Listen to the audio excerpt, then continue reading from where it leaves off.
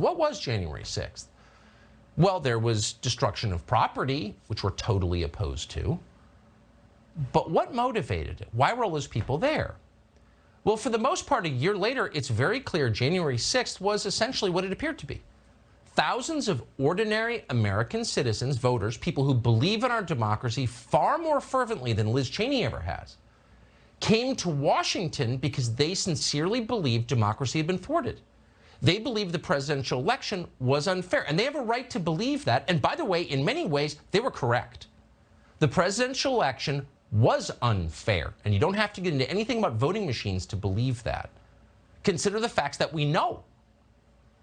As Election Day approached, Verizon, T-Mobile, and AT&T shut down the Trump campaign's ability to send text messages. And then Google, this has never even been reported, but it is widely known, Google prevented the Trump campaign from raising money over Gmail. There's no precedent for that. The Trump re-election campaign lost millions in donation. That was the whole point of it. So the most powerful companies on planet Earth, heavily regulated by the government, benefiting from government contracts, swung behind Joe Biden and tried to stop Donald Trump, the sitting president, in his tracks. Is that fair? Is that the democracy that Liz Cheney is always lecturing you about? Honestly, what's the answer? These are legitimate questions. Instead of answering them, Cheney has pushed to throw protesters in jail. Okay, if someone broke the law, punish that person. That applies to BLM activists as much as it does to QAnon people. We're for enforcing the law fairly, equitably.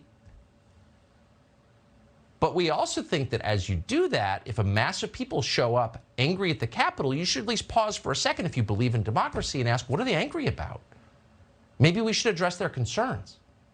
But Liz Cheney won't. And those aren't the only questions that she won't answer. Here are a few other questions she won't answer. Who is it, this person dressed in black who we were told dropped pipe bombs all over Capitol Hill the night before on January 5th? You're seeing surveillance video of that person right now. You'll notice that this person, this mad bomber, is on his cell phone.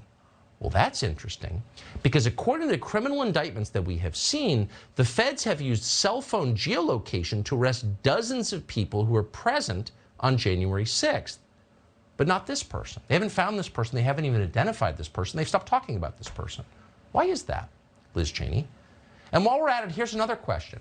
What exactly was the role of Ray Epps in the chaos of January 6th? We ask because Ray Epps is on video on both January 5th and January 6th, encouraging people to enter the Capitol building, which is to say to break federal law. And as he says this in this video, you'll notice people in the crowd immediately identify him as a, quote, Fed. Watch. We need to go in to the Capitol. Let's go!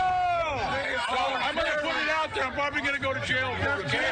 Tomorrow, we need to go into the Capitol. Into the Capitol. Peacefully. Fed. Peacefully.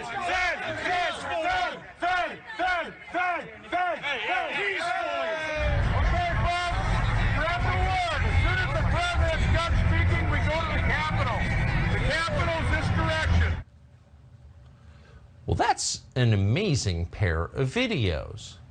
Look, we're not prosecutors, but by the standards of January 6th, if you take a look at what people are spending a year in jail for, that looks like a crime. Ray Epps encouraging others to breach the Capitol. And yet, as far as we know, Ray Epps has not been prosecuted or even charged. I mean, maybe he has. Tell us if you know differently, Liz Cheney. But if he hasn't, how come? Did Ray Epps have any contact with federal law enforcement agencies before the Capitol was stormed on January 6th?